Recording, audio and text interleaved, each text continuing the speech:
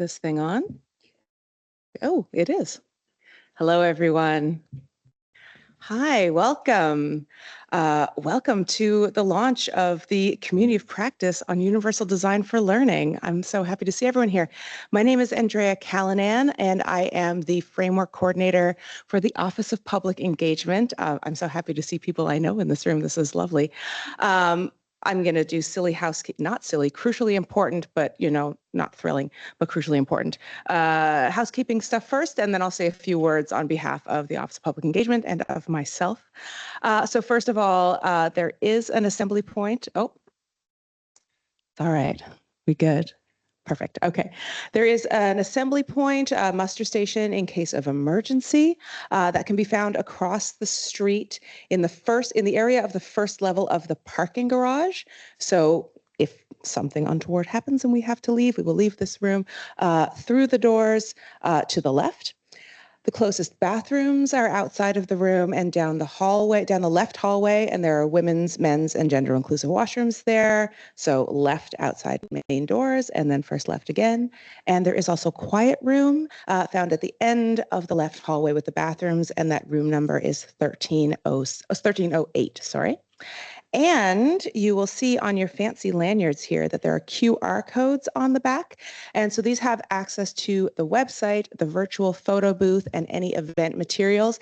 And you'll see that there is a little photo booth station set up over there. So it'd be great to have photos, and then those will be uploaded to the website to celebrate all of this as well. And there are also stickers and pins and all kinds of cool things over there. So go have a look.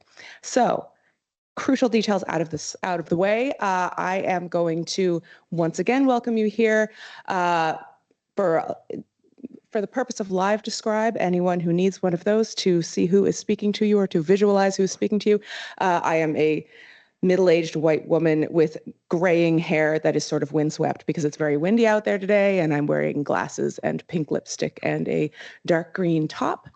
And I'm here to represent the Office of Public Engagement, who is a funder of this fantastic project. And for any of you who don't know what we do at the Office of Public Engagement, we're a unit at Memorial, and our mandate is to support university community collaborations that link back to the university's mission of research, teaching and learning, and equitable, mutually beneficial partnerships. And I think we can all see and say that the partnership we're learning about today fills all of those roles and a lot of those needs. So one of the ways that we do that is through our accelerator funding, which I won't talk about now, but I'm here all day if anyone wants to ask me about that. And this launch is coming hot on the heels of an event we had over the last 2 days at the Office of Public Engagement. It was our inaugural Engage Memorial Symposium, and we were very fortunate to have a presentation from this group at that event. And unfortunately, because I was one of the people running around with a binder and a clipboard and a sticker on, I was not able to be in the room for that presentation. So I'm considering today a do-over, which means I get to see all the things I didn't get to see yesterday. And I'm so happy to be able to be here for that. I won't go on too much more about my own interest in this subject. A lot of you know me from different things that I do, but as someone who is a neurodivergent alumna of this university and now a staff member who identifies as part of the disability community, I can't say enough good things about the work that's going on and about the conversations that are going to be had. So I won't delay those conversations any further. I'll just welcome you once again and turn the mic over.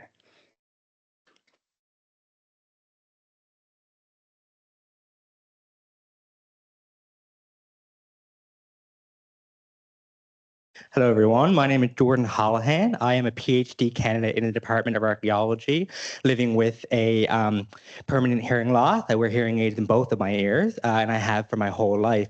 You wonder why? You're archaeology. What are you doing here? I've been very fortunate to work with Amy and the CARES Lab team as a research assistant, and getting to work on this has been such a great honor. And I'm so thankful for the opportunity, Amy, to be here today. So I'm going to go ahead and read the territory acknowledgement. So we would like to respectfully acknowledge the territory where many of us are gathering today as the ancestral, unceded homeland of the Beothuk, and the island of Newfoundland as the ancestral homeland of the Mi'kmaq and Beothuk. We also recognize the Inuit of Nunatsiavut, the Innu of Nitassinan, and the Inuit of Nunaktuvut, and their ancestors as the original peoples of Labrador. We'd also like to recognize the urban Indigenous peoples in St. John's, Corner Brook, Happy Valley, Goose Bay, and beyond. Today, these lands remain home to diverse Indigenous peoples from across Turtle Island. We are grateful to have the opportunity to live, to learn, and to work on this land, and to be in conversation with so many of you about inclusion, accessibility, and the future we're trying to build. If you're joining us virtually, we welcome you to share in the chat the name of the Indigenous territory or treaty area where you're located. And also nativeland.ca is a great tool to see whose land you're living on if you want to know where you're to. We also want to acknowledge the interconnectedness of colonialism and ableism. As we open this event during National Accessibility Week, we want to take a moment to recognize the ways that colonization and ableism are deeply interconnected. Colonialism has deeply influenced how disability is defined, experienced, and responded to in society. Indigenous people with disabilities often face unique and layered barriers that impact their ability to fully participate in community life and access essential services, including education and social services. Access is not just a practice, it is an act of resistance. As we move through today's event, we invite everyone to reflect on what it means to create truly accessible and decolonized spaces, particularly for Indigenous disabled people. A commitment to inclusion must include a commitment to dismantling the colonial system that we can continue to dispossess, exclude, and harm. As we begin today's event, may we carry this awareness with us, not only in our reflection, but in our action. Thank you so much for joining us as we do this work.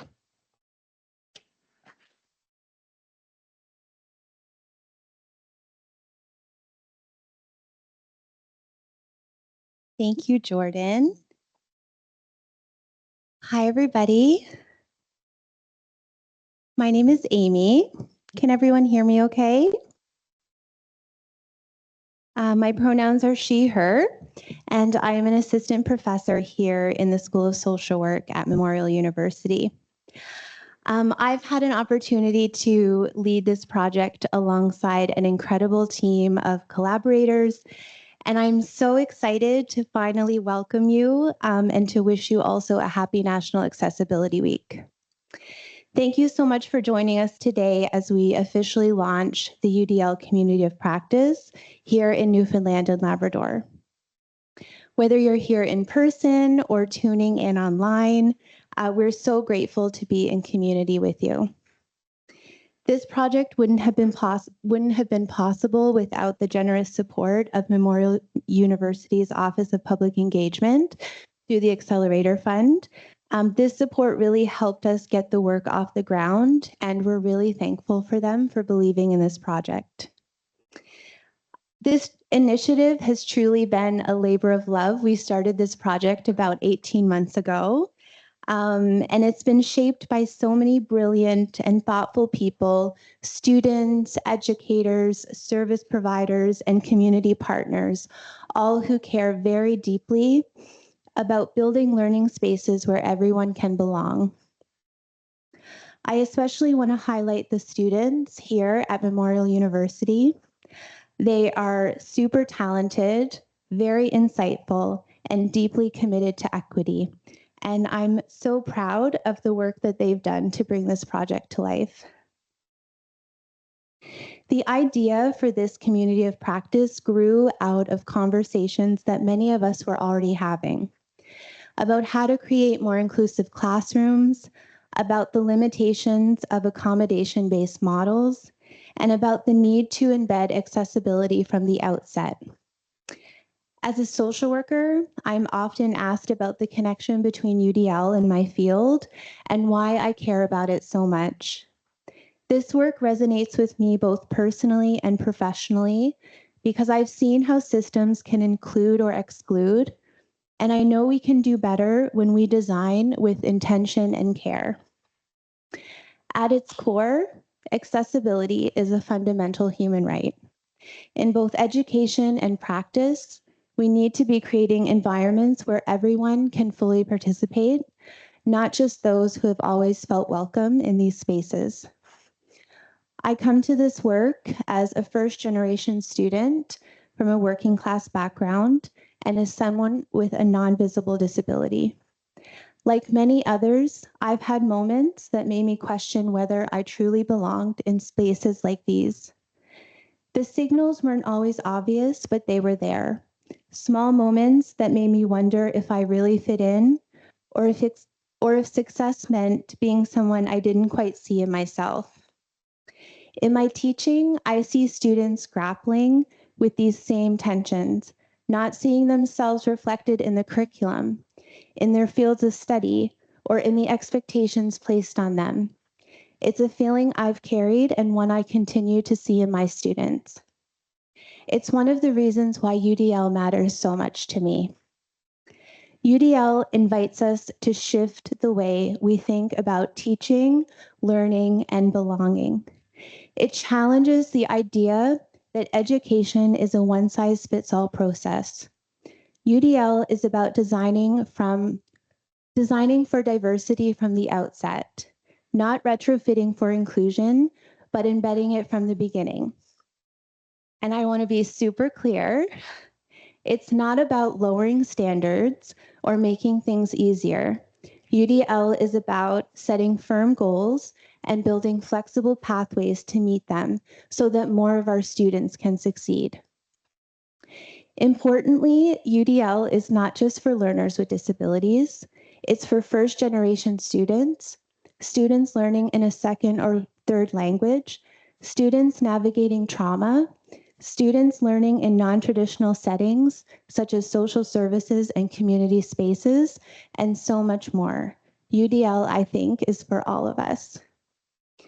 This is especially important in professions and institutions that have historically acted as gatekeepers.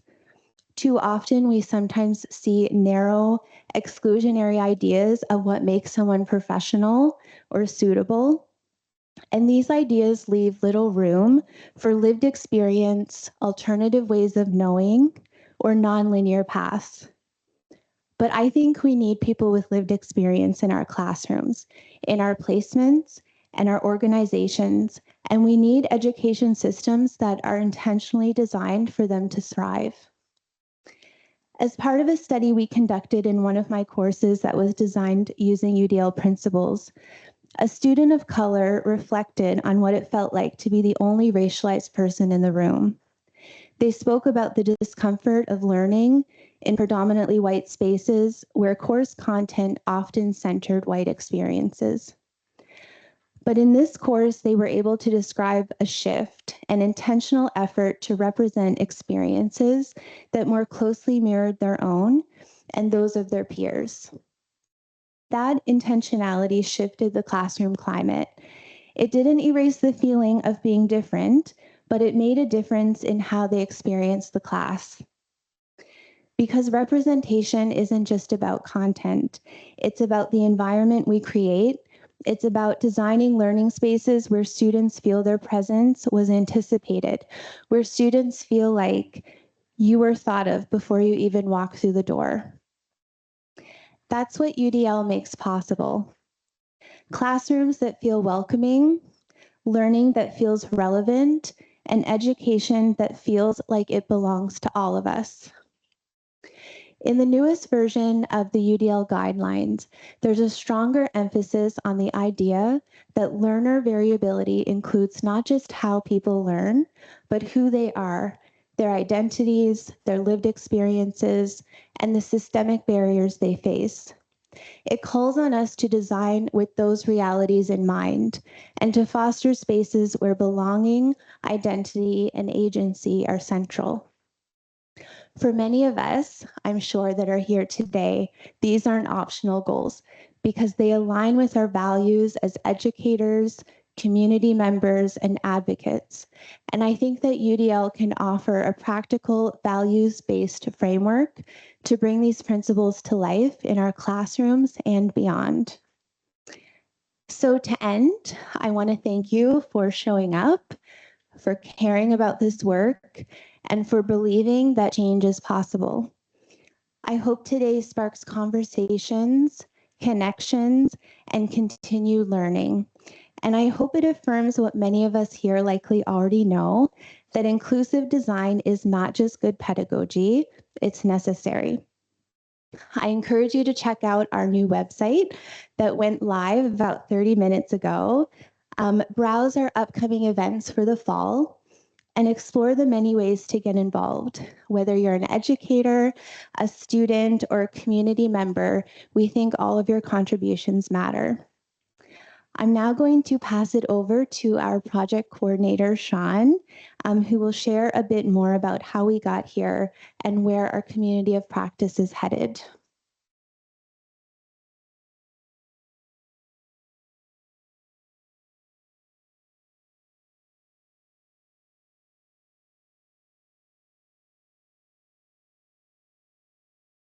Thank you, Amy. You guys hear me okay? Yeah. According to the transcript, I'm getting a lot of talking points today, but this is the real Sean now joining us. So thank you everyone for joining us today. My name is Sean Fardy. I'm a PhD candidate from the Faculty of Education here at Memorial University. I was brought onto this project in the early stages of development as a research coordinator. So it's so exciting to finally see this project coming to life. Specifically this event, which as many things these days started as a couple of notes in a Google Doc with a team. So it's really amazing to see this today and see everybody here. Amy has done a fantastic job at leading this project and bringing together a passionate team that is committed to accessibility and inclusive education. From the beginning, our goal was to build something that supports UDL implementation and helps foster a stronger culture of inclusion throughout the province. A community practice was the perfect way to achieve this. At its core, a community of practice is simply a space where people with a shared interest or goal can come together to connect, share ideas, and learn from one another. In our case, that shared interest was a passion for universal design for learning and creating more inclusive learning environments across our province. To ensure the community of practice truly reflected the needs and preferences of its members, we wanted to include their voices right from the start. Therefore, our work was guided by the Community of Practice Design Guide by Cambridge and colleagues. This was a framework for building inclusive and sustainable learning communities. This approach helped us take intentional steps to define shared goals, invite broad participation, and build a foundation rooted in collaboration and accessibility. We began by reaching out across the province to over 50 organizations involved in education, accessibility, and community development to share our vision with a variety of educators, students, community members, and leaders from these different fields. We followed this up with distributing a detailed survey that explored participants' familiarity with UDL, what topics they would be most interested in exploring, and how they would like to be involved in this community of practice. To deepen this understanding, we connected with educators, students, and community members, both online and in person, through informal interviews. These conversations were essential in our design process and emphasized a strong need for peer support, practical tools, and opportunities to learn from lived experiences. And that brings us to today, a launch that has brought over 100 educators, students, and community members who share a commitment to co-creating the future of inclusive education in Newfoundland and Labrador. Today is just the beginning, and we're so excited to see where this community can go together. And now I'd like to welcome Steph to come introduce our keynote for today.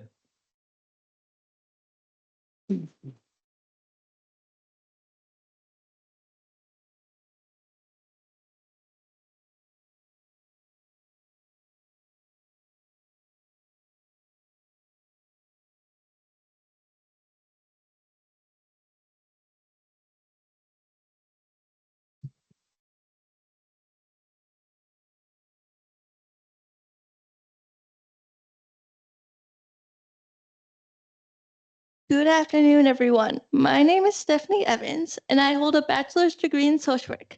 I'm also the chair of the National Educational Association for Disabled Students. I'm passionate about mental health and disability rights. Being part of this project has been such a meaningful experience. It has been incredible to watch it grow from an idea into a community. UDL has made me feel seen, heard, and valued. And that is something every learner deserves. Seeing this all come together today, it's truly exciting, as I believe that this community of practice has numerous potential to increase UDL implementation across Newfoundland and Labrador. And with that, it is my absolute pleasure to introduce our keynote speaker for today, Darla Benton Kearney. I recently attended a conference where Darla spoke, and I was so inspired by her dedication and passion that I immediately texted Amy saying, we need her to be a part of this. Darla is the teaching and learning consultant for Universal Design for Learning at the Center for Teaching and Learning Innovation at Mohawk College in Hamilton, Ontario. Darla is all about creating amazing educational experiences, partnering with educators to deepen their understandings of UDL principles and helping put these ideas into practice throughout college. For nearly 9 years at Mohawk College, Darla has been a driving force behind UDL. Her mission is to engage students by ensuring that teaching methods are tailored to meet a variety of needs and backgrounds. She also leads the project and editor of the open access book, Universal Design for Learning, for inclusivity, diversity, equity, and accessibility, which was a collaborative effort across 10 Ontario post-secondary education institutions in both the college and the university sectors. Darla is incredibly well known in the UDL space with countless speaking engagements across Canada. Her work continues to inspire educators to reimagine teaching and learning in ways that honor students, diversity, and promote meaningful inclusion. Today, Darla will take us on a journey through the college's UDL initiative for college-wide UDL implementation, sharing both the successes that have made a positive impact and the challenges that brought important insights. She'll also showcase innovation strategies and resources that will help us create more inclusive and welcome teaching environments. Let's give a warm welcome to Darla as she shares her insights and passions for us today.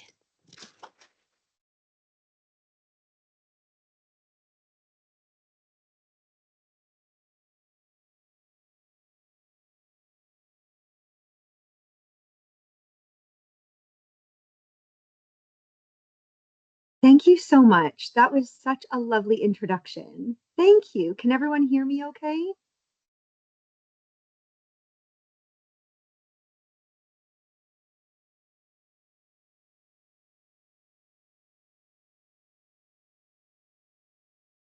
Yes, we can hear you loud and clear, Darla.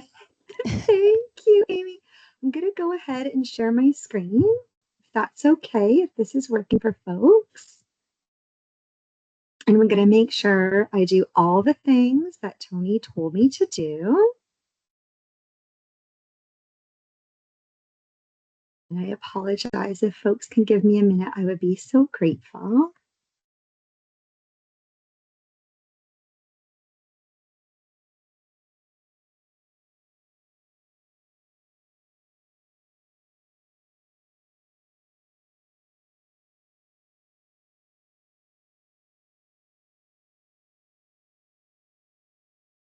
Almost there, I promise.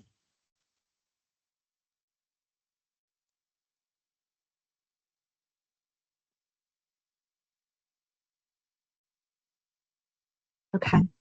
I feel like I ask this question every single time, whether I think I've done it right or not. Can everyone see my screen?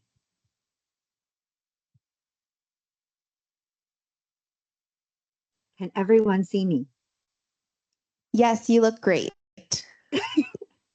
That's what I was really going for there. I was really, just going for compliments. That's what I was going for. Hi. Hi, everyone. And again, thank you for that incredibly warm and incredibly just really lovely introduction. I'm really excited to be here. Today, I'm going to talk to you about Mohawk College and Universal Design for Learning and our implementation and all the things that go along with that, and really kind of walk you through what we've done as a bit of a case study. But before I do that, I would like to give just a little bit of information about where I'm actually coming to you from today. As much as I would love to be there with you, and Amy very generously offered her home as a place to stay. Thanks for that.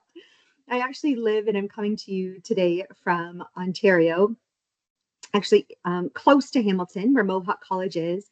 And I'm situated on the traditional territories of the Anishinaabe and Haudenosaunee peoples. The land where I currently am and live is governed by the Dish with One Spoon Treaty, which is really a covenant of peace and mutual stewardship, as well as the Upper Canada Treaty. And I'm actually also just kind of adjacent to the Haldeman Treaty. Recognizing the history of this land that I'm on, and as part of my personal journey towards reconciliation, I really work to continuously acknowledge the enduring impacts of colonialism and commit and recommit to listening, learning, and supporting Indigenous voices, rights, and self-determination. If you want to learn more about where I'm located, there's a really great website called Whose Land. It's a grant-funded project, and it gives a wealth of information about Indigenous treaties, territories, Indigenous-owned businesses in those places and spaces, and it's really wonderful. Okay, so typically I have these like small, intimate conversations with folks. There are so many of you here. It's so wonderful. And we'll chat more about that in a minute. I'm so pleased. I'm so pleased. So a couple of things, kind of some housekeeping things for us to start. If folks can use the Q&A for questions for those who are joining remotely. For those who are in the room together, please feel free to indicate when you have a question and someone's going to come around with a mic so that I can hear you and that I can respond. If I miss any of those, I'm hoping that someone either in the room or online is going to shout at me and be like, Darla, whoa, stop. You've got a question there. For those who are attending remotely, please feel free to use the chat for comments. So if something strikes you as interesting, or if you have a really great example, or if there's something that you want to share, oh my goodness, please do. Please do. Please feel free to use the chat for that. And that way I can kind of keep the questions separate from all of those great tidbits, which is wonderful. And again, for those in the room, if you indicate that you have something you wish to share, and I really hope that you do, please indicate that's the case. And from what I understand, not being there, but from what I understand, a mic is going to magically appear for you so that you can do that. And if you're anything like me, if you're anything like me, you're going to leave here and you're going to think of a really great question you wish you would have asked. Yeah, I do it all the time. I'm actually kind of notorious for it. My email address is there. Please feel free to email me. I understand that, physically I'm located quite far away from you, but I really am only an email away. So if you think of anything that you wish to ask afterwards, please feel free to do so, and my email address is there. So I think if it's okay with folks, I jumped too far ahead. This feels like a good spot to pause. You're going to see these good spots to pause throughout our time together today. And the intention of this type of slide is really twofold. One, it's to give you time to reflect on the content or make some notes or ask some questions, time to type, whatever that might be. And for me, it's going to give me some time to actually go through, look at the Q&A, make sure I answer everything that I can, and make sure I don't miss anything in the chat or in the Q&A. I'm going to really try my best. For those of you who are remote, can we collectively make sure everything's working okay? Could you pop it and just use the chat for me? You can say hello using text or an emoji, share a motivational GIF or a sticker, just wanting to make sure stuff is all working there. And for those who are in the room, I actually can see the back of some of you. Thank you, Christina. I love that, Allison. Oh, yay. Thank you so much. Very helpful. For those in the room, I could actually see the back of some of you. Might I be able to get a fun hand gesture or head bob?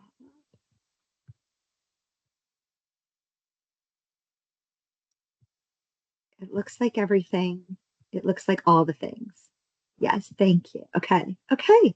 Great. Thank you so much. Look at you, such a participatory group. couple of helpful tidbits. The structure of our time together today, I talked about UDL endlessly. I'm not going to do that. We do have limited time. So structure, I'm going to go through the why I'm here, why you're here, why we're all doing any of this, and why we're doing it this way. And really kind of focus on Mohawk College as a bit of a case study.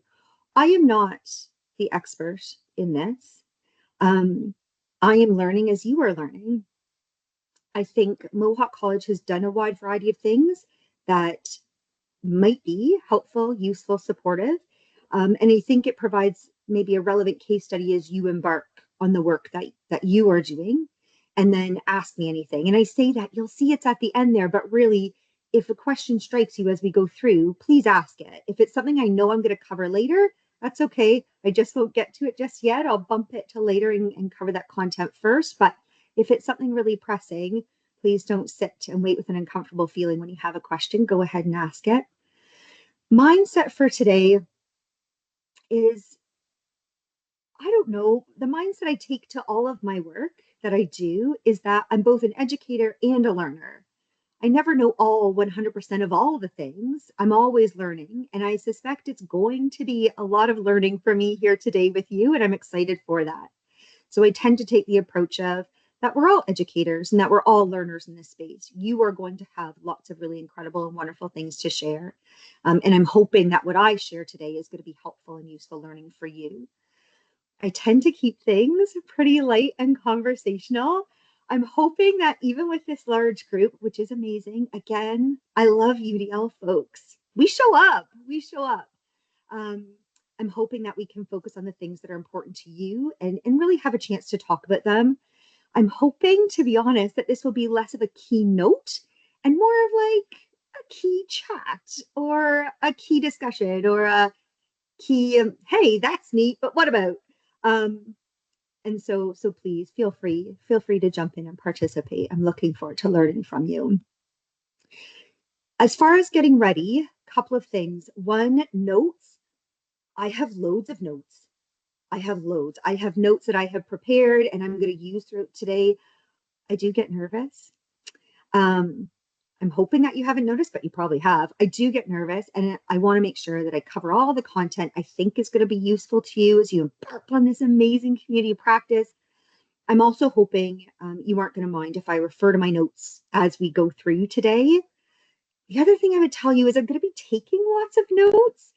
I really have no doubt that you're going to share things that are awesome and incredible and wonderful things that you're doing, and I really don't want to miss anything. And again, I'm hoping that you aren't going to mind if you see me feverishly reaching for my pen.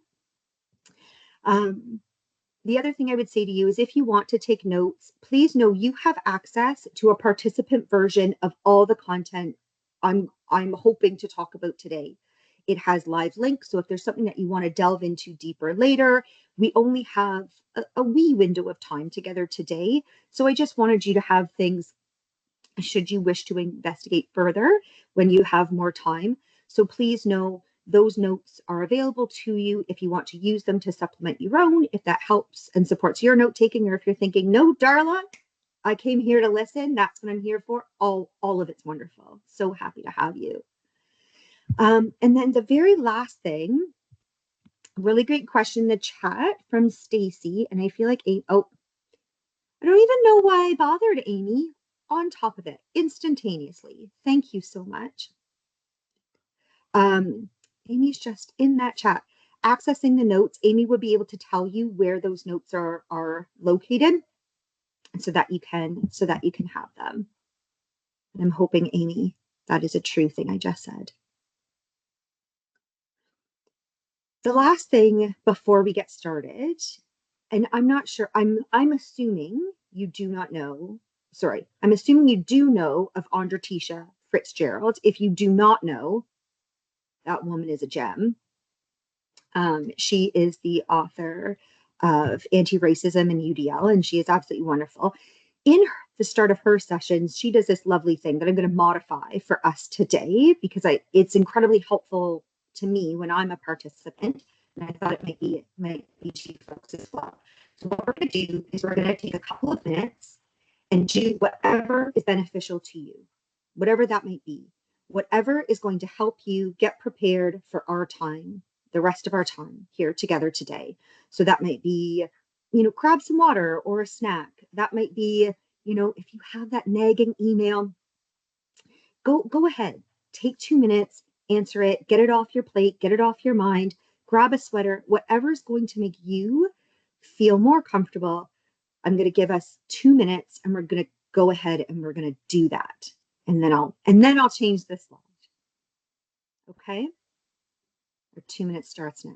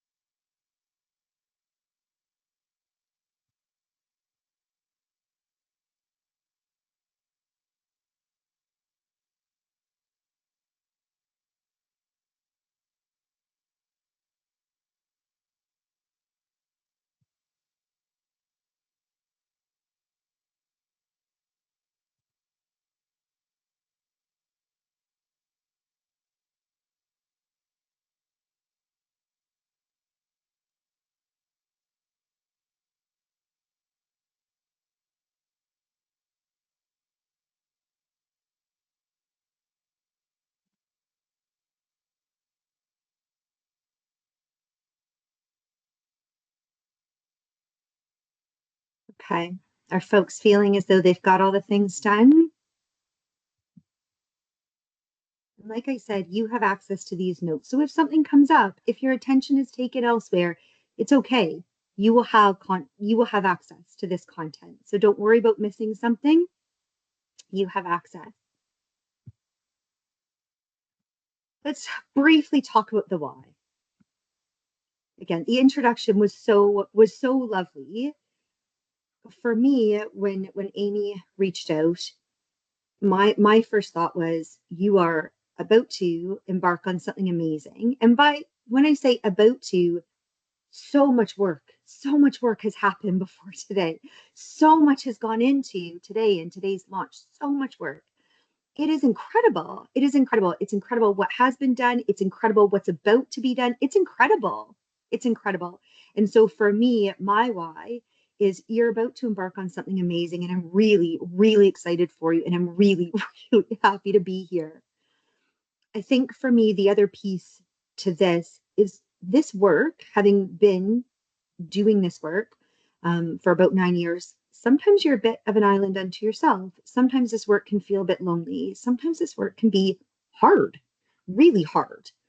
And I think for me, part of my why, and I suspect also part of yours, hence this incredible community of practice, is that you aren't alone in this work. Sometimes it may feel that way. Sometimes when you're in the process of doing a really heavy lift, sometimes when you're getting resistance, it can feel really lonely, but you aren't alone. And so you will have each other, but also know you have folks in other provinces here to support you, to help you. We are really in this together. And so I'm really grateful to be here today, and I'm really excited for all of you. And I think the last reason why me particularly is, you are at the start. And let me be clear, when I say that, I definitely mean the start of formalizing your UDL implementation through this community of practice. I know folks at Memorial have been using Universal Design for Learning in their teaching practices for ages, in pockets all over, and have had a wealth of support to be able to do that from a wide variety of places and spaces. It feels to me you're at the start of really formalizing this institutional approach. And for me, I'm in the messy middle of that. Definitely not done, in the messy middle. And so I think a part of my role here today is kind of to share what that messy middle looks like, for good or for ill, and to give you, I hope, some useful bits and pieces that you can take forward through your work at your institutions. I'm hoping, if I do a good job today, if I do the things I'm hoping to, that really by the end of our time together, you're really going to have a decent descriptor of a post-secondary case study in UDL implementation. I do want to focus not just on things that have gone really well, but things that haven't. And so I think there's good value and good learning in some of those things for sure.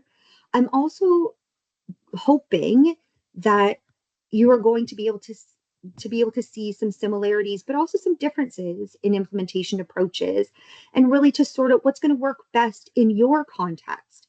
Our context is different, and I am going to walk through what that is and what that looks like, but I am hoping that you'll be able to take away things that are helpful, useful, and valuable to you, and leave the stuff that isn't.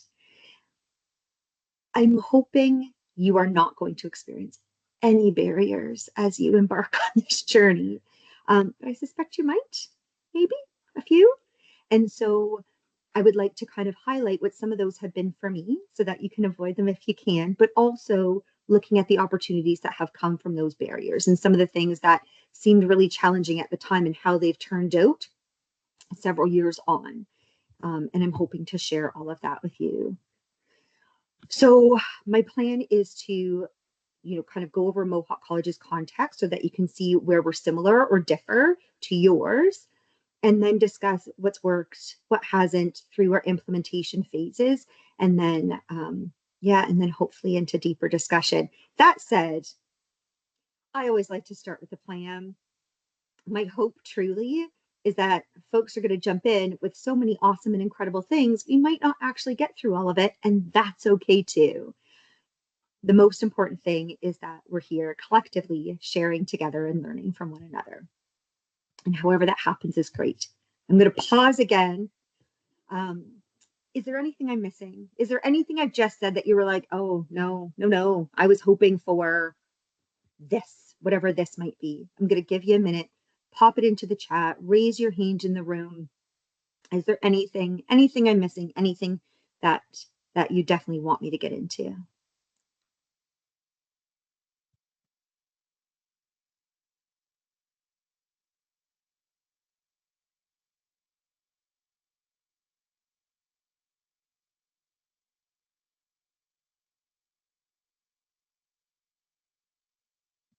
Fair enough. Fair enough, baby. Okay, let's talk about Mohawk College. This is where I'm coming from. So Mohawk College, we are a hybrid institution. So we have been hybrid for, it was about 10 years before everyone became hybrid. We used Brightspace as our learning management system, and we did that for about 10 years. And then we switched to Canvas, and we've been using Canvas for about 5 years. And if you're looking at that timing and you're thinking, oh my gosh, if a global pandemic were to hit, how incredible, you would have everyone already, every single course with an online presence. That's amazing.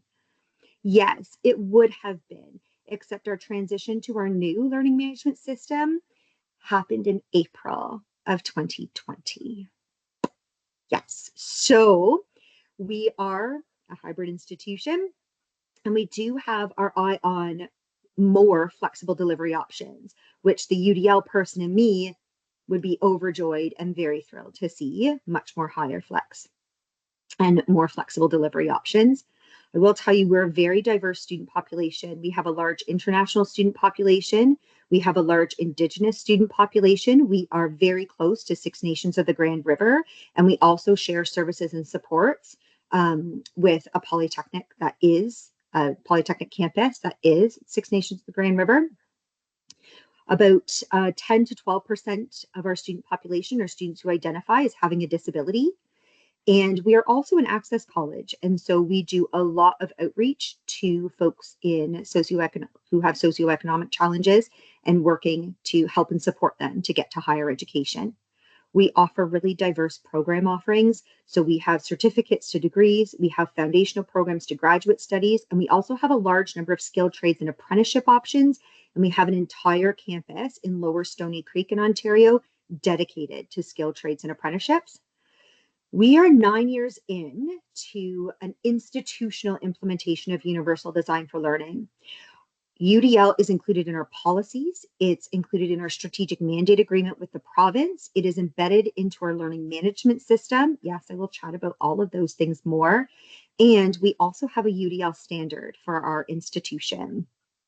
We also can chat about how having a UDL standard in a higher education institution that values academic freedom works.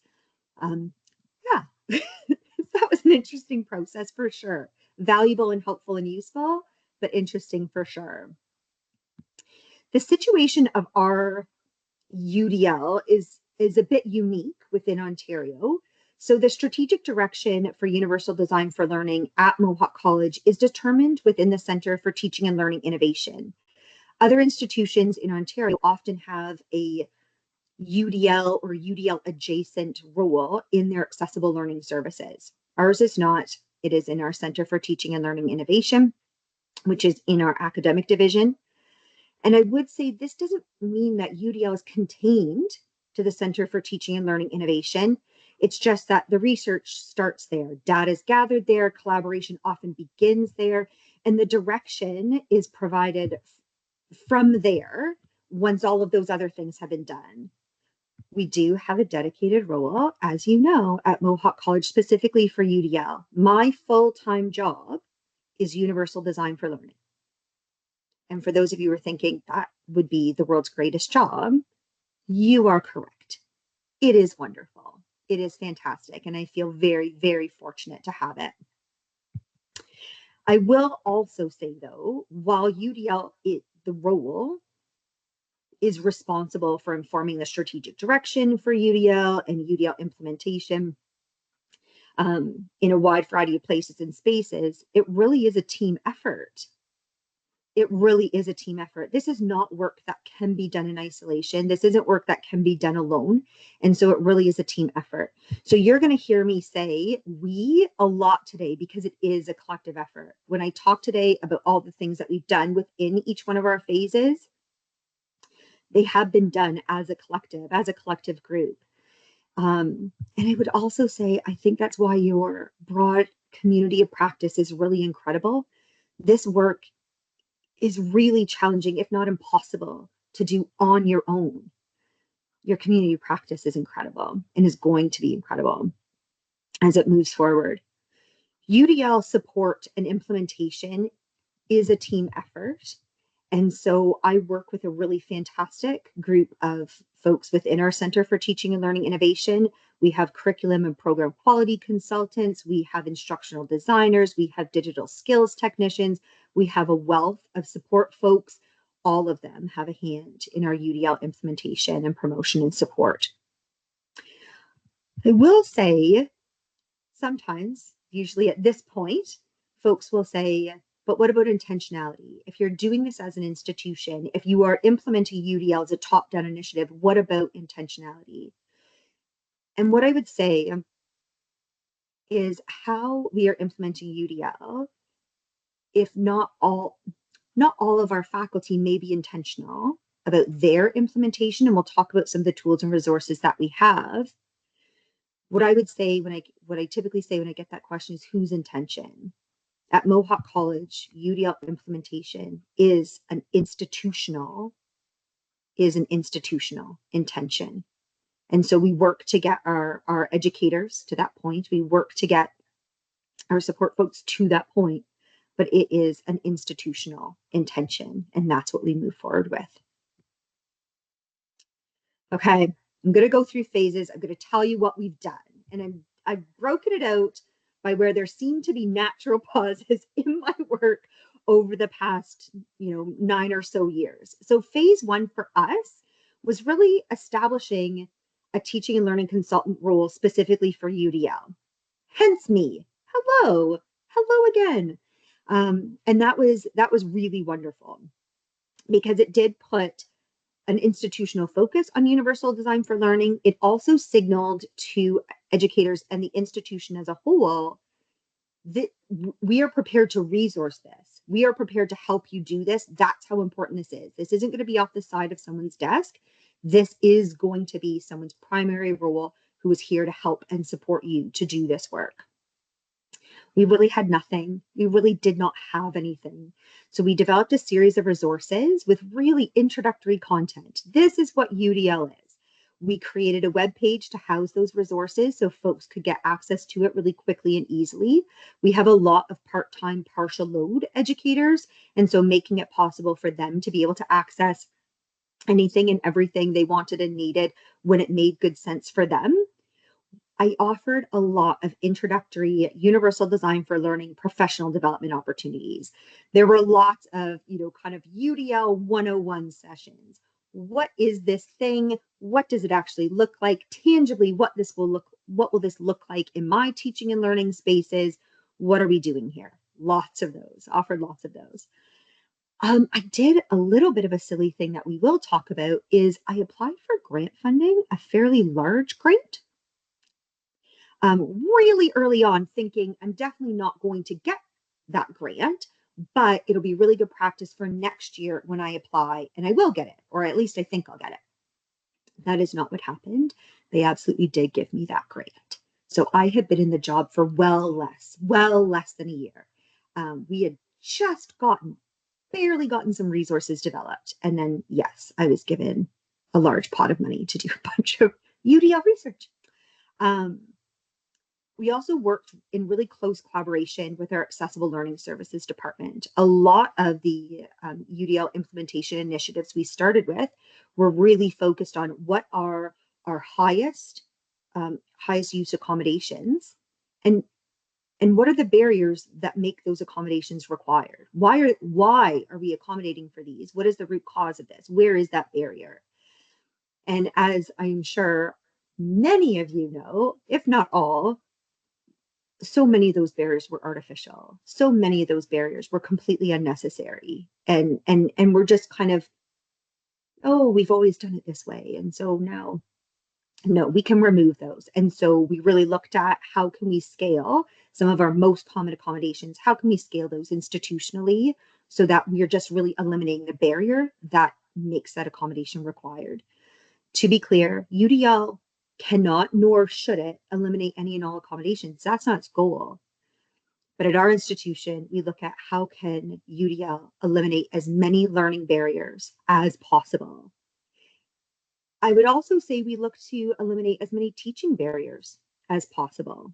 What is a sticking point for educators? What isn't going well? What is causing them a problem? Because that in turn is causing learners a problem. And so really looking at where are the barriers and how can UDL get rid of them. Phase 2, and you'll notice phase 2 is short. We crammed a lot into phase 2. At least I felt like we did. It felt a little wild at the time. So we created communities of practice. And I will tell you, ours were very different. Ours were specific academic schools or programs. So these were small program-focused communities of practice with faculty members who had been given time in their semester contracts to participate. So they had been given dedicated time to learn about UDL, review their courses, revamp their courses to include UDL elements, and then teach with it, and then having a place and space to come back and talk about what's working, what's not working, what could be different, what they would like to see, and really sharing with each other. We also, that grant-funded project that they gave me money for, we had 2 deliverables from that were incredibly helpful. We do have a UDL standard for our institution, and we also have a UDL course assessment that is a self-assessment tool for educators. Again, you have live links to both of those things so that you can go and you can look and you can explore. One of the other things we did in phase 2 in Ontario, and I suspect it is similar for you, every program needs to have a comprehensive program review every 3 to 5 years. And what we started doing was working UDL-related questions into that program review process so that we could start getting feedback from specific program areas and really kind of sort out what's working well there, what isn't. Have they implemented UDL there, maybe? And I say it in a high-pitched voice because some of the things we found were, oh goodness, we need to spend some focused effort in those places, spaces, and programs. And so that was really helpful. we have continued with that. We really moved UDL from accessibility to broader implementation. So I would say phase 2 was kind of the start of that. We really started looking much closer at how UDL can be helpful, useful, and supportive to both our Indigenous student services, our Indigenous education initiatives, our international student services, all of those collaborations. How can we be working much closer with our colleagues in those particular departments? And how can we be leveraging UDL to support what their goals are, what they would like to see out of their work and out of their programs? We did a significant development and expansion of online resources. We heard overwhelmingly from faculty, we would like UDL support at our fingertips. Yes, it's great that we can connect with you potentially, that's wonderful, but if I am on a Saturday, working through an assessment that I think could be better, that I think could be more inclusive, I would like some resources really quickly and easily. I will say I had the world's fastest glance at the website, your website that just launched. It's beautiful. It's very, very beautiful. And the toolkit, delightful. That is going to be like everyone's go-to. Beautiful, incredible work, incredible, and incredibly helpful. We overwhelmingly heard from faculty having a website with a wealth of resources, incredibly useful. The other thing we did in this phase that was a bit of a heavy lift, but I think really, really worth it, is we embedded universal design for learning elements into our learning management system. So we have a course template that any educator, it is held in Canvas, it's called Commons, but they can go in, they can download that template, they can customize it. Having academic freedom is really important. And so they can go in, they can customize it. If someone wanted to, they could go in and take out any and all of the UDL content if they wanted to. But that's a lot of work, so they don't. Instead, they fill in the blanks where we've left them for them, and are applying maybe more UDL elements than they would have otherwise. So it has been an incredibly helpful tool, really helpful, really useful. And then last but not least, we included UDL really formally in college policies and in our strategic mandate agreement with the province. And again, I think that was a really helpful signal to folks who might feel a little bit like, oh, UDL is just another thing. We have so many of these. UDL is just one of those other things. I think as soon as it made it into college policies and within our strategic mandate agreement with the province, I think there was a very clear signal to everyone in the institution. This is not going to be a small initiative that we're going to work on or a pilot project that we're going to work on for a year or two and then abandon.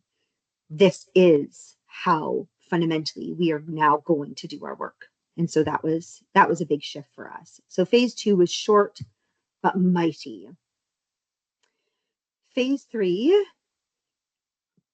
when you look at the dates, it is a little bit laughable. When you look at the dates, something enormous occurred right, almost smack in the middle of that and lasted for a very long time. And so for us, phase 3, we got lots done, but there was a fundamental shift in how we did so many of those things that in retrospect, I think was very helpful. I think it pushed us further into inclusion. I think it pushed us much further into accessibility faster than it would have otherwise. And so we shifted away from kind of UDL specific professional development and really to embedding UDL within all the other Center for Teaching and Learning Innovation professional development that we were doing. So if you went to, let's say, one of our curriculum folks was doing a professional development session on assessment, you would get UDL content, whether you went for that or not, because that's just how we do that work. And so that was really helpful. We kind of finalized our shift from UDL focusing on really a deep focus on accessibility, really to equity, diversity, inclusion, and accessibility, and making sure that accessibility component did not get lost. That really lovely institution. I am very touched by that. We did create, again, 10 post-secondary institutions, an incredible team of folks. We all felt like there was a gap we all felt as though UDL has great capacity to really be supporting Indigenous pedagogies, to really be supporting disability-related legislation in Ontario, that could be supporting equity, diversity, inclusion. It could be doing more, but we felt that there was a gap, and we needed to support both ourselves and others in a similar situation with how to do this really well, how to apply UDL in this way. And so UDL for IDEA is an open educational resource. You're welcome to go and have a look. Modules can be pulled apart. They can be used together as a singular resource, really trying to make it as flexible as possible for anyone who might find it helpful, useful, or beneficial. We embedded UDL in college policies and more in college functions. We did a huge update when we switched from one learning management system to the next. When we moved from Brightspace to Canvas, and again, just over time as technology evolves, we had more ability and capacity within the learning management system we shifted to add additional UDL elements. And so we took our time and how to look through, what does this new learning management system offer? What more can we be doing for faculty to help and support them to be implementing UDL in that place and space? And being mindful, every single one of our courses has content delivered in that online space. So not a repository for information or resources. Content is delivered because we are a hybrid institution. And so that was a really natural place for us. We developed new resources. We updated popular ones based on educator feedback. We began our next college-wide research project because why not? Why not do that in the middle of a global pandemic? Why not? We actually spend a lot of time giving professional development to our Center for Teaching and Learning Innovation staff. So it's not always me going into some of those professional development sessions, but that they are delivering that content. They are developing that curriculum. And so that was very helpful.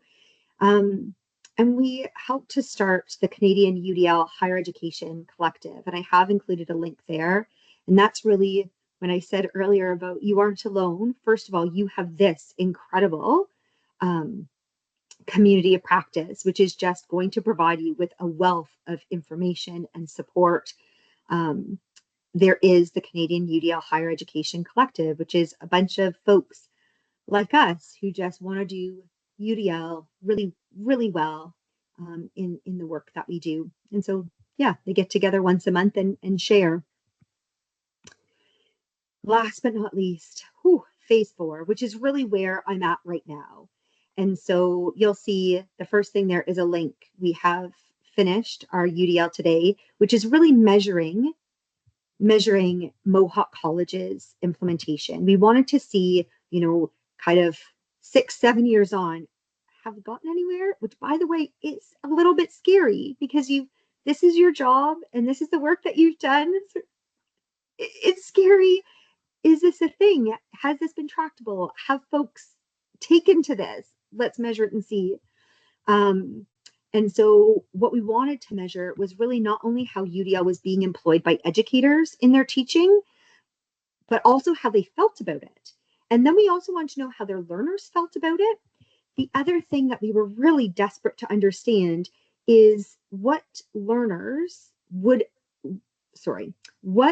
elements would learners want if they could have them. It might not have been in their particular course or within their program, but what would they want? What would they want to see?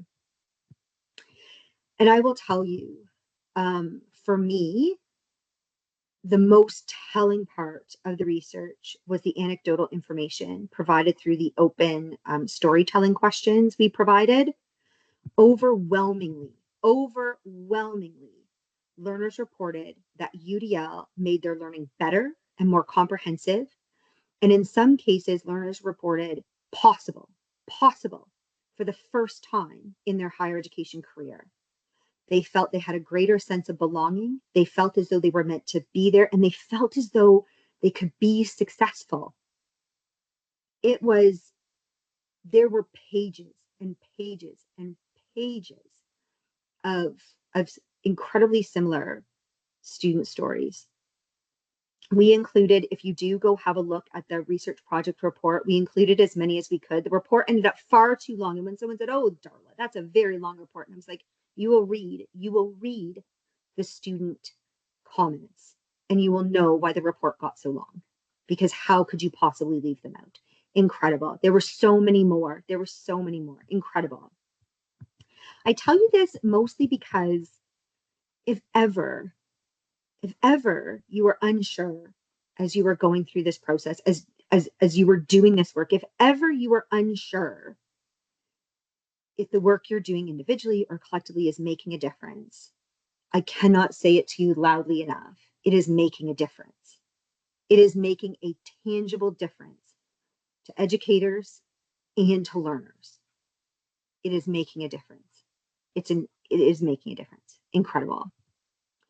The other thing that we did is we really looked to work with our Indigenous Student Services and our Indigenous Education Initiatives, both of those departments, to really integrate more as we develop UDL projects. The research project is actually a really great example, connecting with my Indigenous colleagues to talk about how do we redesign our research tools to be more inclusive, to be to really take into consideration Indigenous ways of knowing and being.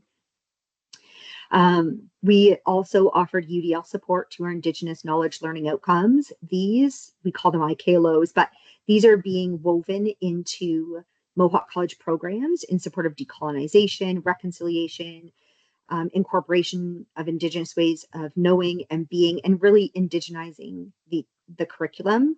I have provided a link there so that you can go, you can see the 7 that we have that are being worked into our programs. We right now, I think like many folks, are in the process of updating everything we have. It's wonderful to have a wealth of resources. That's fantastic. They all need to be updated to 3.0. And so we're very close to having all of that launched for us. Please note any of the links I've provided with you today, the links will still be live. There will just be new updated content when you go to them. So if you go and you're thinking, hey, this is 2.2, Darla, it is, I promise. 3.0 is coming.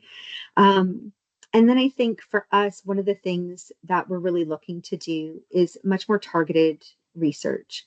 So looking internally, what do we need to be looking at? And again, that last research project we did flagged for us a whole bunch of themes, a whole bunch of student groups, a whole bunch of that just need closer attention. And so we want to make sure that we're doing that. We want to make sure that whatever we're developing as a UDL initiative is really reaching, let's say, women in skilled trades. That was one that came up and was flagged in our research project. So we want to make sure that whatever we're developing is really speaking to everyone at our institution.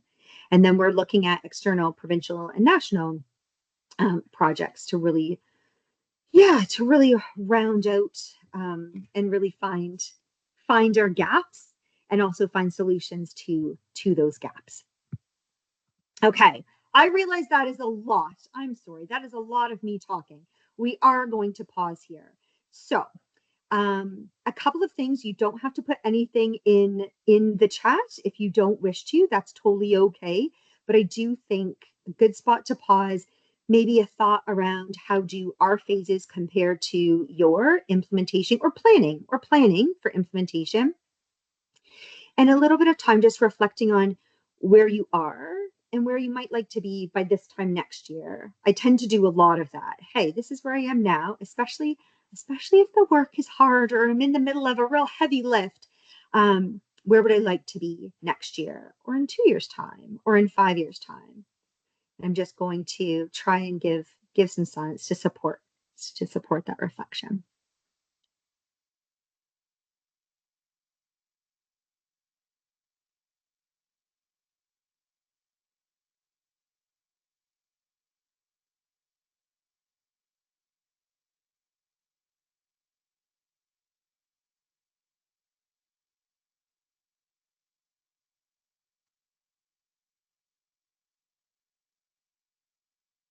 Even if I pop to the next slide, please know you are absolutely welcome to continue adding, asking any and all of those things as we go through.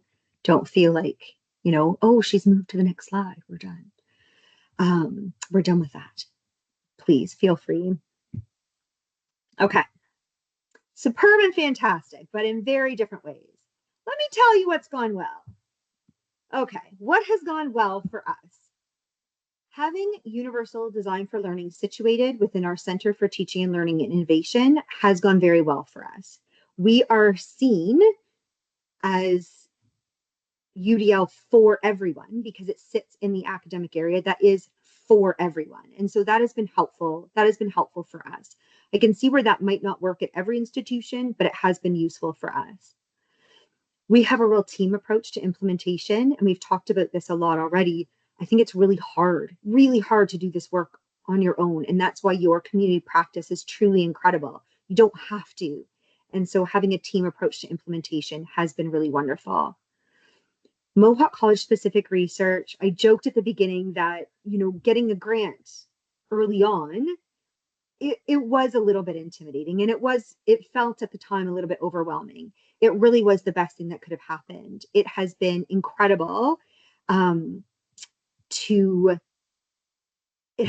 just to learn really early on about all the bits and pieces that were about to come into my life as I committed to this work for the next extended period of time.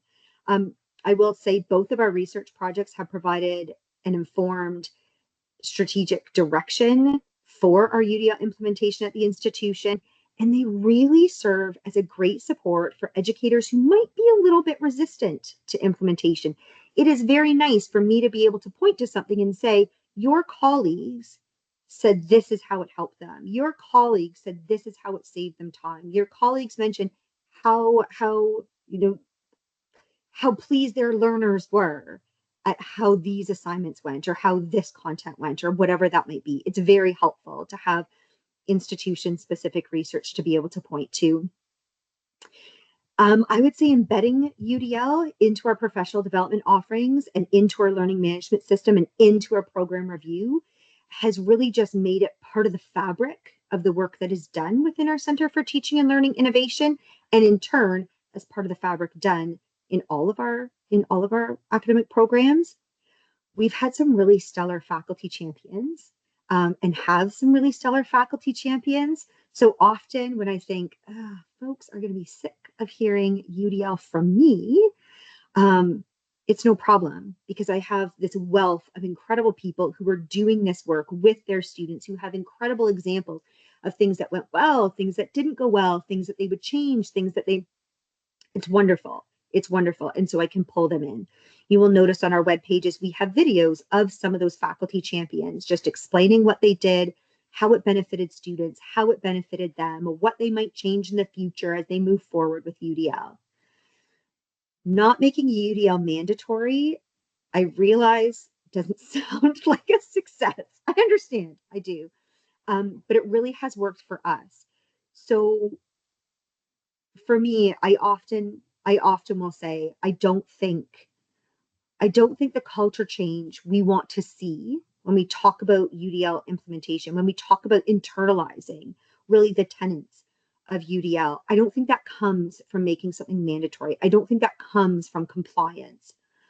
I think, yes, it takes us longer to bring people to UDL in a way that is authentic and beneficial to them. But I think once we get an educator who tries a couple UDL things and sees how it changes their teaching, when they see how it changes their students' learning, they end up doing a whole lot more. And so for us, not making it mandatory, we really, in our Center for Teaching and Learning, often talk about, we are about alliance and not compliance. I'm here to help you. I'm here to support you. I'm here to move you in a direction that I think is going to be worthwhile for you and also the learners that you have in your course. And so not making it mandatory has actually been a gentle way to bring more folks to UDL and see the culture change that we ultimately are after. UDL for equity, diversity, inclusion, our sovereignty-seeking folks, that has been really helpful, really broadening that lens. And again, this is not to say that we don't still focus on accessibility, it's critical. It has to happen. We have to think about that. Knowing and understanding that UDL is for everyone and that the barriers inherent within the higher ed system, most of them don't actually have to be there. The things that we are, students with disabilities are having to seek accommodations for, they actually shouldn't really exist anymore in the first place. So let's just remove them. And so UDL is really great at identifying those things. And I will also say having an institutional approach has been really helpful. Building UDL into college policies and procedures, building it into our equity, diversity, inclusion action plan, really making it part of our identity as a higher ed institution has been really helpful and has made a lot of my work a lot easier. I won't go through all of these because you've heard me touch on all of them. I did want to provide a slide where they're quick and easy for you to get them should you wish to look further. But these key projects and tools have really helped to advance our implementation. UDL can often be seen as extra work by educators.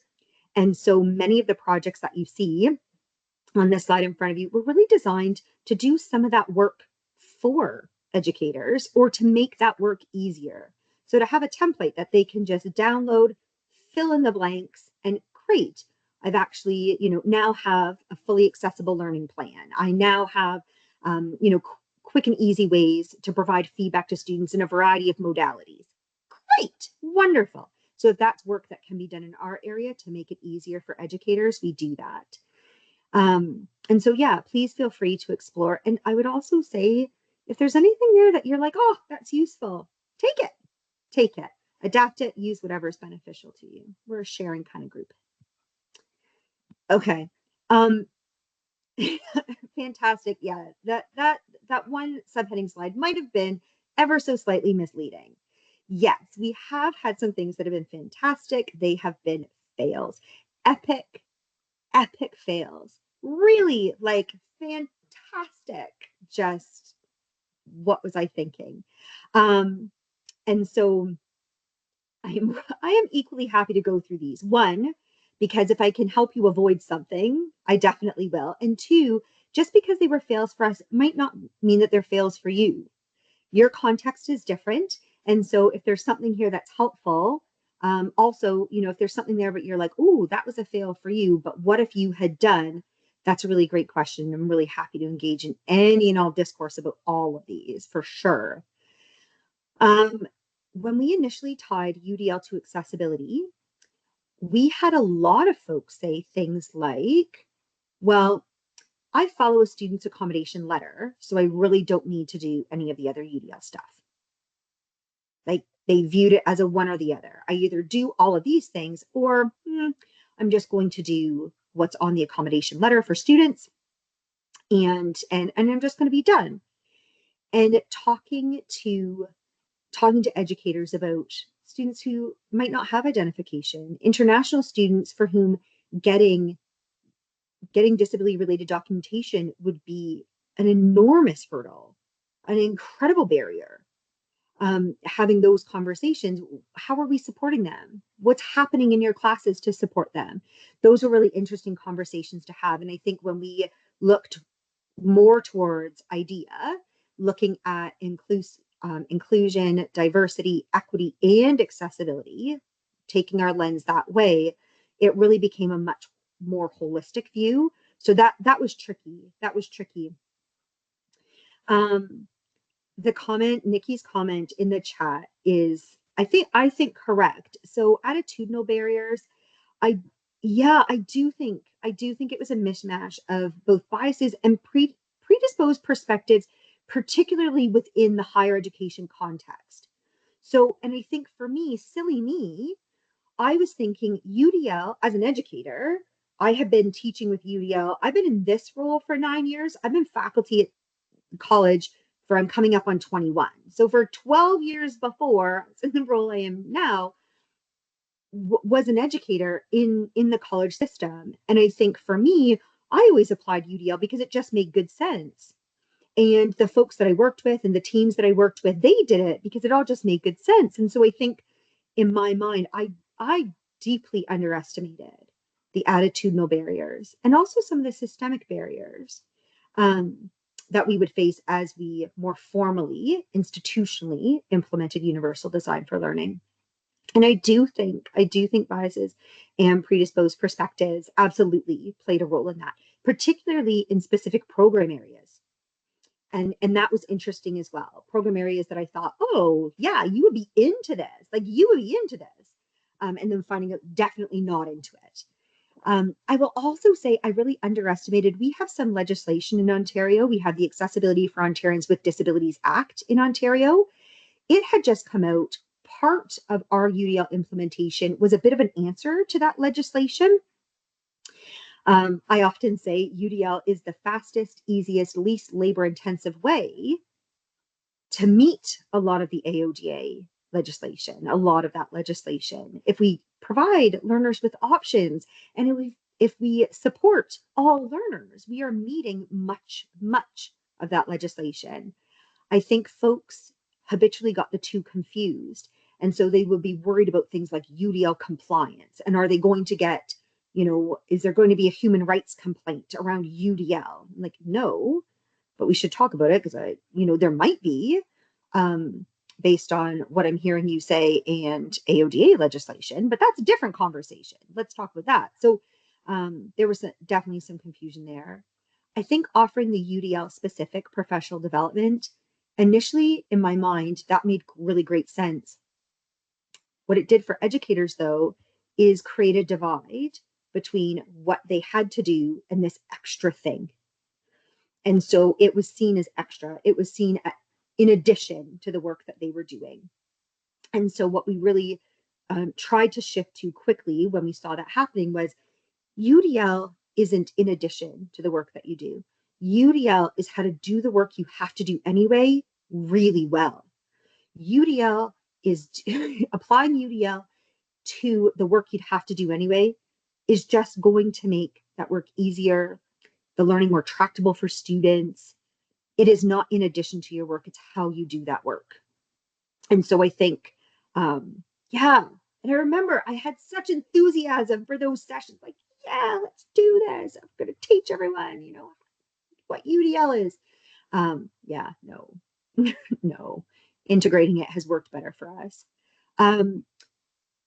Starting out, there were lots of discussions about mandating universal design for learning. We did have some administration who did want the word compliance, who did want mandating, and there was an education piece with administrators saying UDL isn't a checklist. Not all UDL elements are going to work in all courses, in all programs, and that's okay. What we want is folks to have this mindset. We want them to be considering all of the UDL framework and then making sure they're applying as much as they can within the barriers that the system allows for, because we all work within the same system. And as much as we might like to tear apart that system and get rid of any and all barriers, that's not possible all the time. And so we all work within that system. We need to really take a close look at what we can do, what is possible, advocate for what doesn't seem possible right now, but might be in the future. But adding compliance or mandating UDL isn't actually going to get us to that culture change we're looking for. Gaining traction with all administration, again, in my very naive mind, I was like, this is awesome. It saves people time. It saves people effort. Learning is going to be improved. Teaching is going to go. This is going to be great. Gaining traction from all administration, what was tricky. And I think we are well on our way. Still not 100% though. Still not 100%. Well on our way. Much further than we were, but still not 100%. And I think that was an underestimation on my point, on my part. And I also think modeling UDL across the institution and even within my own department, what does a PD session that considers UDL look like? What does a PD session that applies UDL look like? And how do we get everyone within our department doing that? How do we get our president's town hall meetings to apply UDL? How do we get corporate meetings to apply UDL? And we're still working on that. We're still working to get there. Okay, again, lots of me talking. So, and there is a question in the room. This is a perfect time, Amy, a perfect time.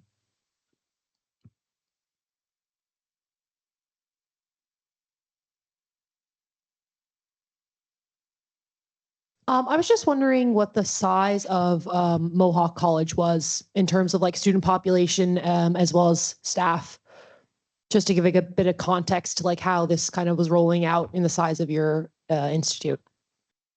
That is a really excellent question. So we have recently, I suspect you may have heard in the news, there has recently been a shift in Ontario institutions, what some of those look like. So for us, if we included all of, let's say, our continuing education full-time day, I want to say we would be close to 50,000 as far as students are concerned, and that would be including all of those, so not just full-time. 15? 50. And then for staff, I want to say at last check, we had about 600 educators. So those would be about 50% would be permanent full-time folks, and the other 50% would be part-time partial load folks, so contract folks. And then we would have a similar-ish number for our support staff, and then we would have slightly fewer administrators. I realize that could be more specific. And if you're like, Darla, I want specifics, I will hunt them down for you. You pop your email into the chat and I will try and hunt that down for you. But that gives you some very rough numbers. We do have quite a robust continuing education department. Thank you. So that would be included. You're so welcome. Thank you for the question. And I'm just having a look at in the chat, and a huge thanks for everyone who's been so active in there. So wonderful. I'm so grateful. And I'm just having a look at, integrating UDL into all things instead of providing specific, professional learning. I'm glad that you're seeing the same.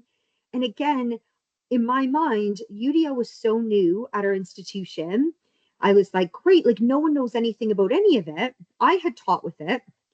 I had used it in my former career at the same institution.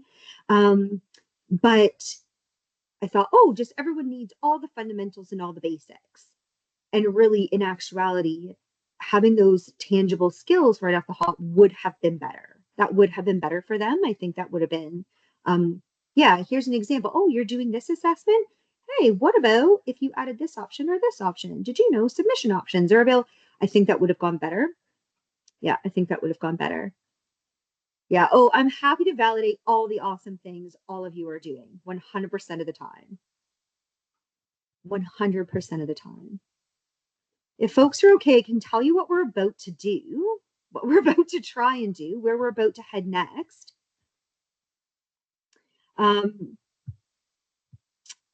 This is what we're hoping to do. We are hoping to gather more comprehensive data from our sovereignty seeking and equity deserving groups. So while the last research project was great, I think we got a lot done. I think we got to really a much better understanding of how UDL is being used or not used in places and spaces where it should be. So I think it identified gaps for us, which was really wonderful. I think to address those gaps, I personally would really like to see, I would like more student voice for those gaps. How are they feeling? What are they seeing? What are their solutions? And then how can I or my department scale those solutions for them? We do have research projects coming. So I had mentioned some internal, but also some external. So for external, McEwen and sorry, the name, it is slipping my mind at this very moment, which is terrible because it's Andrea Phillipson, who is incredible. Mount Royal. I'm getting all my M institutions confused. So Mount Royal University, McEwen, and Mohawk College. Lots of M's. I promise we didn't plan it that way, but we are looking at perspectives on casts, shift to 3.0, those guidelines, and really having a closer look at how we in Canada feel about that shift of what that looks like. And then there's also a research group through MacEwan partnering with Mohawk College to really look at UDL implementation in experiential learning environments. And so for us, that will be focused on our skilled trades and apprenticeship programs. What does UDL look like? And how do we ensure really inclusive experiential working, experiential learning in those places and spaces? We also are looking at much more collaborative Indigenous and UDL work. So an Indigenous single point rubric that could be used throughout the institution, looking at UDL implementation specifically in Indigenous courses to make those more inclusive. And then looking at broader implementation, we really would like to see UDL expand from primarily the academic space and branch into, let's say, things like student services. We think student services could be embedding more UDL into their day-to-day work. They do work with students, obviously, and so how can we be better supporting them in order to do that work and embed UDL into those places and spaces?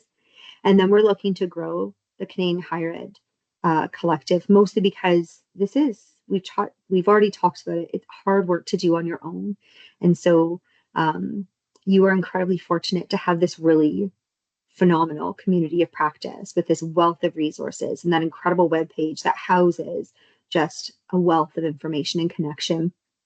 Really wonderful, really wonderful.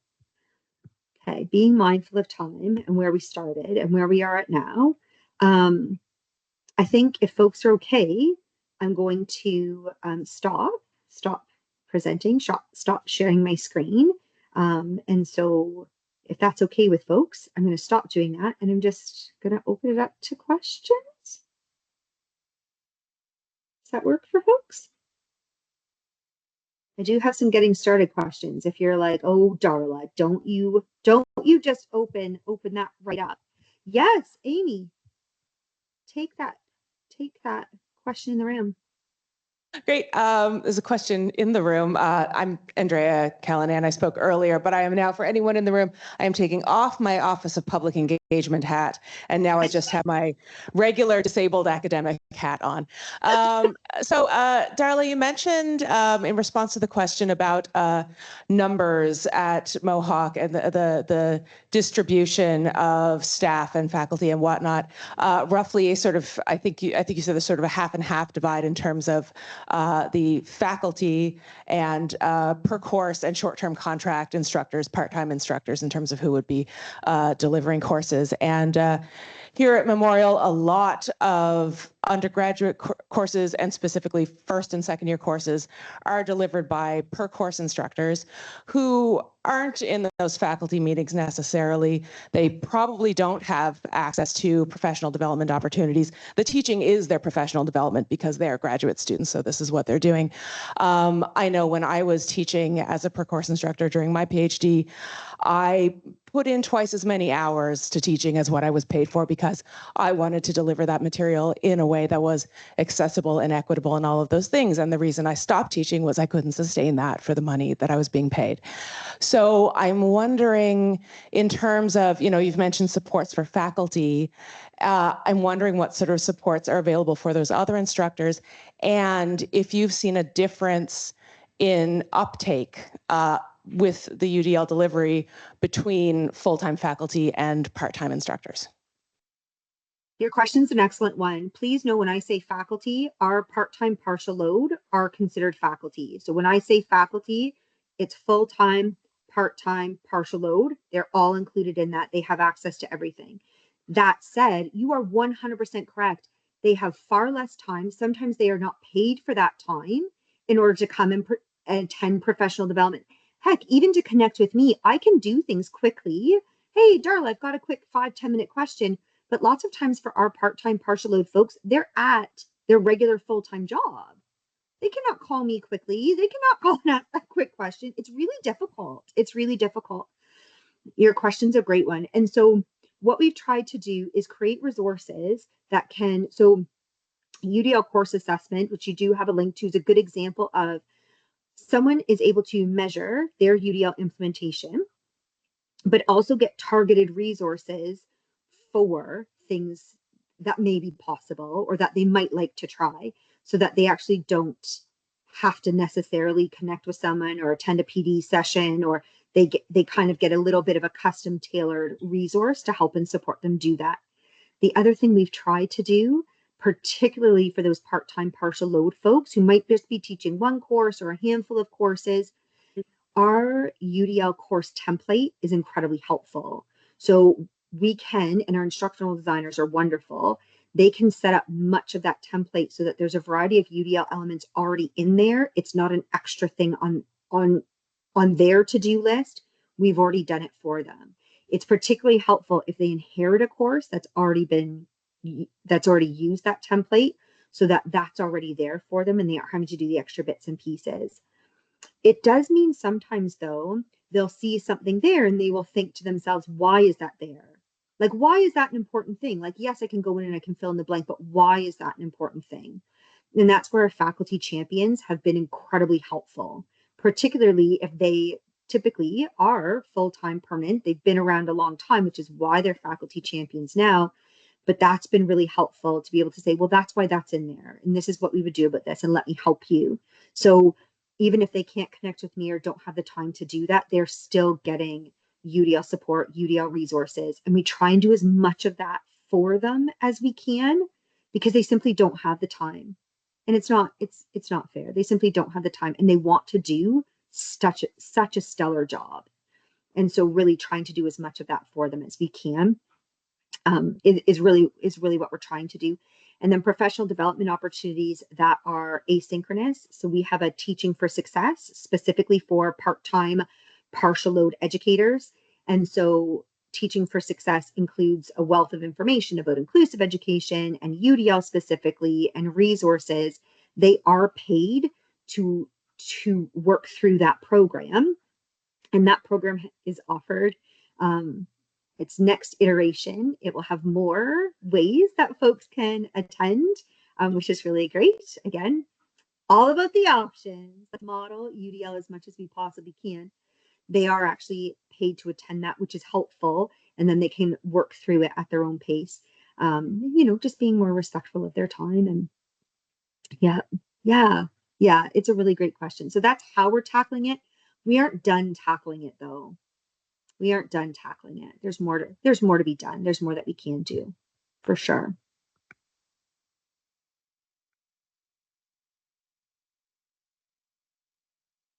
I'm checking the chat and I'm checking the Q&A just to see if folks are okay. I'll stop sharing my screen.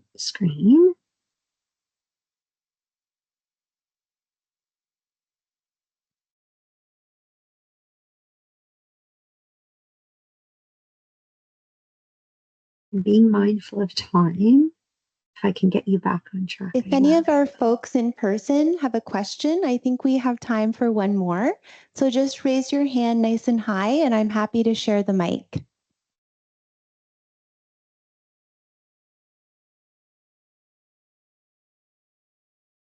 They're letting you off easy, Darla. It's one of two things. Either they're letting me off easy, or that's just a whole lot of content right there. And they're like, I'm gonna simmer with that. I'm gonna let that sit for a little bit. I'm gonna, and any and all of it's okay. Any and all of it's okay. I'm just hoping I was helpful. We have a question from our friend Sean. Hello. Sean. Hello. Okay, perfect. Yeah, thank you so much. That was incredible. So many questions, but one specifically, how is UDL included in the policy at Mohawk specifically? Like, what does that look like? Because it's not mandatory, but what does it look like being included in the policy, and how did that come about? That's really, excellent question. So, and we're talking policies plural. So like in our student success policy, you'll see UDL referenced, and essentially where it's referenced there is saying universal Mohawk College applies universal design for learning at our institution. And again, a little bit of verbiage around very basic what UDL is, but a nod to it's here and you should look for it. And here's where you can go get more information, but this is a thing that's here. In our academic policies our EDI action plan is another kind of really good example of where you will see UDL is kind of pointed out in a very specific way. I want to say it's pillar 4 of our EDI action plan outlines that Mohawk College will apply universal design for learning in support of accessibility, equity, diversity, inclusion.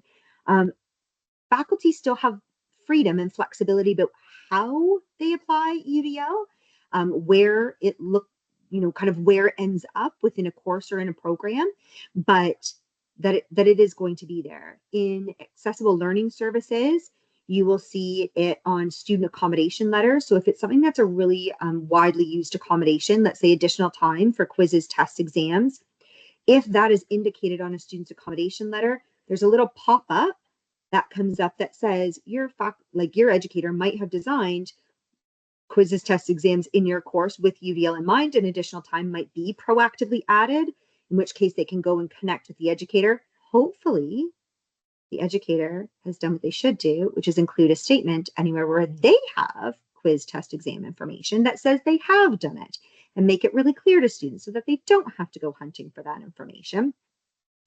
And then in our strategic mandate agreement with the province, the wording is very similar, let's say, to our student success policy or our broader academic policies, which is stating Mohawk College applies universal design for learning in our teaching and learning spaces. And then individual programs may or may not be more specific about how and where and those kinds of things. We do ask all educators to include a UDL statement within their course, especially in their online course. We actually give them a template where they can pop information in, the UDL elements in that they are actively using within that course. And so sometimes we'll see program areas say, look, every single one of our courses can do these things. Let's make sure that that's really clear in our documents, and then also make sure that's clear in each individual course. I'm hoping that answered your question, Sean. It was really good. Yes, no, that was amazing. Thank you very much. You are welcome very much. And I'm just seeing the comment right now in the chat about K-12 from Nikki. Yeah, I do think, and in fairness to us who are doing this work in higher ed, UDL folks in K-8 and K-12 have had many more years of CAST's focus, have had many more years of UDL research and UDL focus in those learning spaces, in those learning age groups, in those learning grades. We have had a lot less. And so the work that we're doing now, yep, it's great. It's great when there's research, and it's great, when new things come out, but we've had a lot less. And so I think for us, we need to be a little bit gentle with ourselves as we navigate this.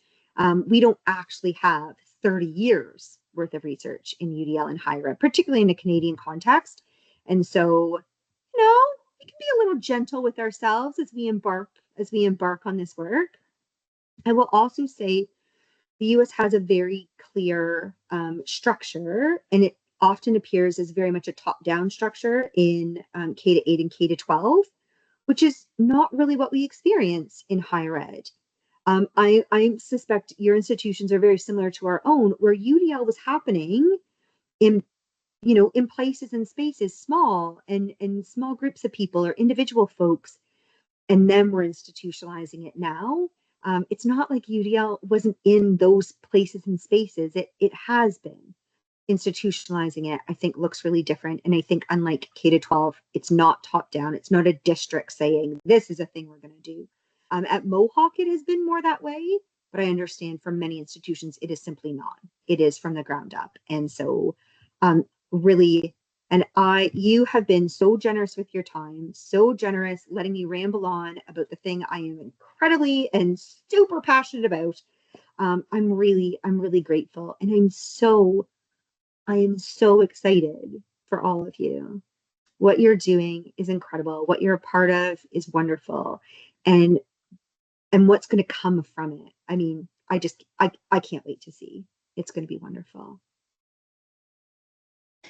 Darla, on behalf of the COP, our new COP, Day One, we want to thank you so much and give you a very big round of applause. Thank you. Thank you. I love seeing like all like the little. Thank you for sharing with us. I know that your stories today have really inspired me. And we're really excited that you were able to come and share your expertise with us. Thank you for answering all of our questions in person and on the chat. Darla has been nice enough to share her email address with all of us. You can find her slide deck with all of the live links in our shared folder. And so in UDL fashion, of course, we need to sit with this information, reflect on it, think about it, and then come back to it. So we may have some questions for you in the future, but as of now, we are so excited that you shared this knowledge with us. So thank you. This was a wonderful day to start, a wonderful presentation to start off our launch. Thank you so much, and just enjoy the whole rest of your day. I know you will. It's going to be amazing. So folks, we are going to take a 15-minute break so we can all sort of have a rest, get a drink, check in with each other. And then when we come back, we will get to hear from our panelists who will be presenting here in person, which is very exciting.